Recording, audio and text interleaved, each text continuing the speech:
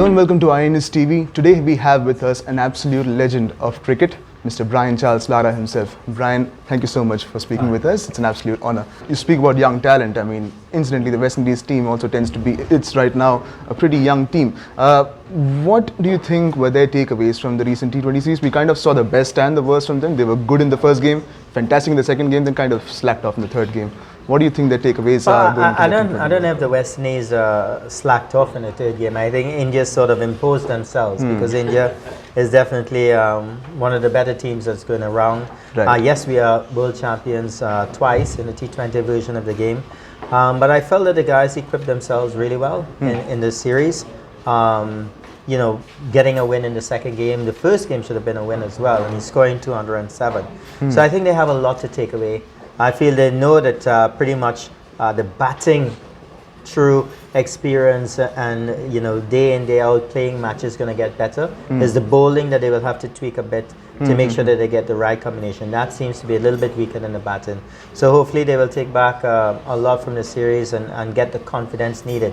It's roughly 9-10 months before the World Cup, and I'm sure that the West Indies is going to represent themselves well. Right. And of course we have the ODI series that's starting today. Kiran Pollard had spoken about the approach towards playing ODI matches, to playing the 50 overs instead of the 20 overs. Do you think playing in the middle overs, is that a bit of a problem for West Indies, batting wise? Do you think that's something that they need to look into, how to go through the middle overs, try not to go for big shots, something like that? Well, yeah, I mean, I could even go back to when I played and I was pretty much a very diminutive player and not very strong, and I felt that the one-day game sort of helped me to maneuver myself through through my career. And yes, I think the middle overs are very important. When you compare a 20-over game now and a 50-over game, it's too big different. The disparity is huge. Right. So some players are maybe caught in the mindset of attacking every single ball. So they would have to understand that it's pretty much 7 hours of cricket, and a lot can happen in that sort of space. Sticking with ODI cricket, I mean, this is something that I would love your opinion on. The fact about the two new balls, many other players have spoken about it. Some of them have been against it, some of them have been for it. What do you think should the two new balls in ODI cricket stay, or should we revert back to the just use a ball throughout the match? Well, I think it's argument both sides, because when I played, sometimes the ball got really old and you couldn't get the ball away, and I think that's one of the reasons why they brought it in, because the white ball was not standing up to 50 overs. And I don't know why any batsman will complain, because the harder the ball, the nearer the ball, the further it goes. Right. So you'd want to play with a new ball. So I felt that I think it's nothing wrong with it, and it's competition. I don't see that anybody has an advantage using two new balls. It doesn't matter where you play. I think they should stick with it. Among the current crop of players that are coming up, the younger players that are coming up, West Indies have had, for the past 2 odd decades, they've had a talismanic batsman. There was you, there was Chandrapal with you, there was Chris Gayle for some time. Is there anybody amongst the current crop, Nicholas Pooran, Shimron Hetmyer, who you see as, could be the next talismanic batsman for the West Indies? Presently, I think Shai Hope is maybe the best option that we have in terms of a test batsman, and a batsman who can play all the versions of the game pretty well. He's not a bad attacking player, pretty much a decent sort of test player. I think he would sort of stand out. But Pooran and Hetmyer and even Brandon King, a new find, these are guys that you can mold, and I think that they will mature a little bit later than others. Some guys, look at the Sachin Tendulkar. At 16, he's already a mature cricketer. Carl Hooper was someone who, matured very early. And there's nothing wrong with maturing later on in life. It's just that the West Indies have to understand and be patient. But make sure and give the right ingredients every single time. You don't want guys to be losing confidence because they're in and out of the team. You want to know that, okay, these guys have the talent, let's stick with them, and let's feed them the right sort of food, if you want to call it for a better word, to make sure that they improve. Right.